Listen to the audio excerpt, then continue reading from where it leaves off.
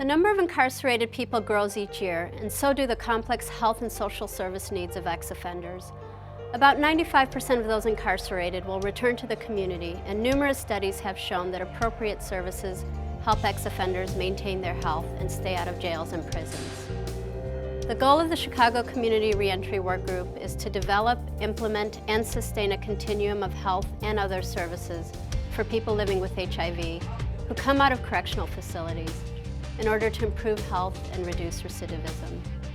The Chicago Community Reentry Work Group, comprised of community-based organizations, faith-based organizations, and government agencies, is a unique collaborative effort.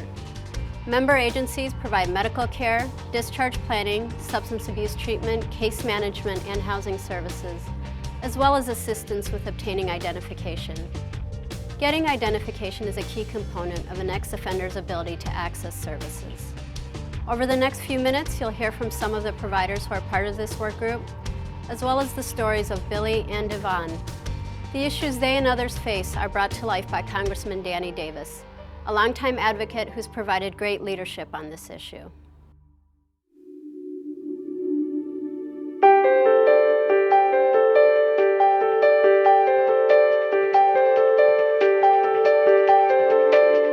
Start stealing, start drinking. And after that, it was just, this is a cycle that never stopped. I went through it for 40 years. Billy Hamilton, a life of addiction, homelessness, and crime.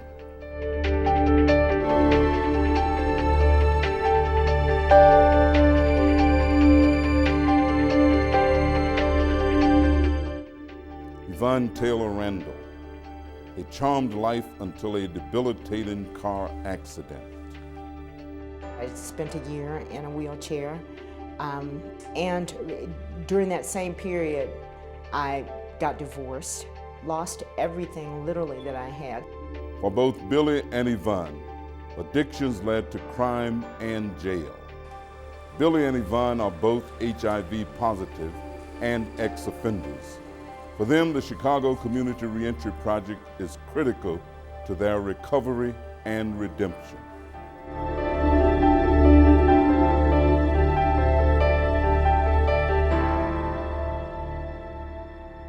We're actually a national model for correctional facilities around the country. We're one of only a couple places in the entire country that even offer something like this.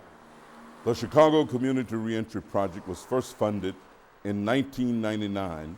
The project was designed to address the complicated medical and social needs of ex-inmates with HIV. If you target those individuals with HIV, you could possibly stop the spread on the outside, because these individuals are getting out. The goal, continuity of medical care combined with wraparound social services. It's not enough to just service people in prison and jail. We need to make sure that when they come out, they stay out and they get services in the community. If you can't find a person a place to stay or job placement to take care of themselves, primary care services for their HIV is not a priority. And what happened was, when people found out that they could get services from us when they re-entered back into society, that's how this program just took off.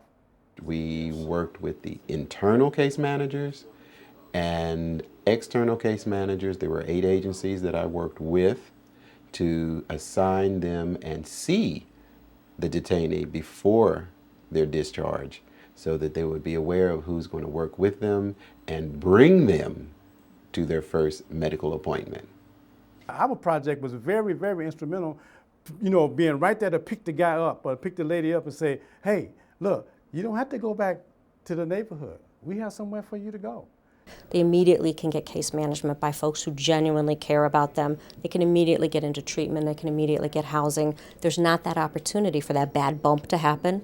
A critical component of the Reentry Project is the Ruth M. Rothstein Course Center on Chicago's near West Side. Ex-inmates receive services there for up to a year. When you're HIV positive, whether you're male or female, with nowhere to live, no income, no identification, what do? And you especially cannot afford medication or a doctor. you come to us. My clinic, which is a 1 half-day a week per clinic, is exclusively for ex-offenders. So the jail detainees who do not have a provider are given a referral to me. CORE offers more than medical care. It offers services for mental health, substance abuse, and more. Our goal is to get them mentally stable, medically stable, deal with chemical dependency issues, family issues, anger management.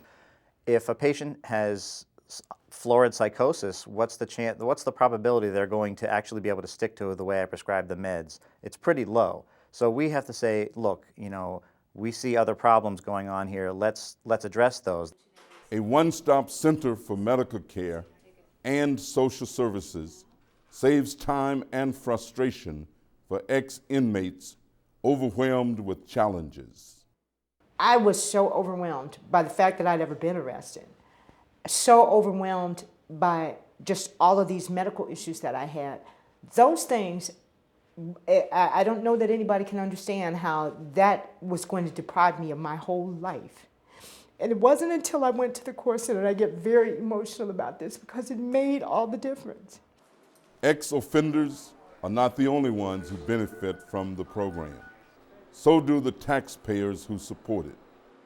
They're getting out of jail sooner or later. So that means my HIV patient, when they leave the jail, is now you, the community, the taxpayers' problem. So if I can successfully intervene in the cycle of homelessness and everything else and get this person off the street and help to fix some of these problems, they're less likely to be dealing or doing drugs in your neighborhood. They're less likely to be prostituting themselves on your street.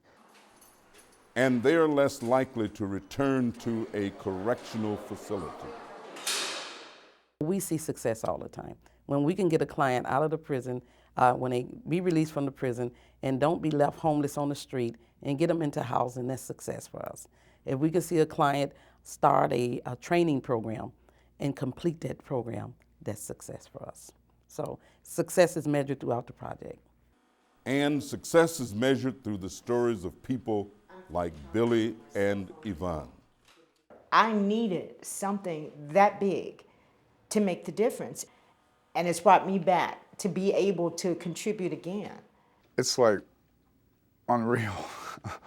I come in my place at night and I'm just quiet, you know what I mean? I could lay down and like, whoa, it's, you know, and I thank God every day, you know, to have my own place, to have the things I got.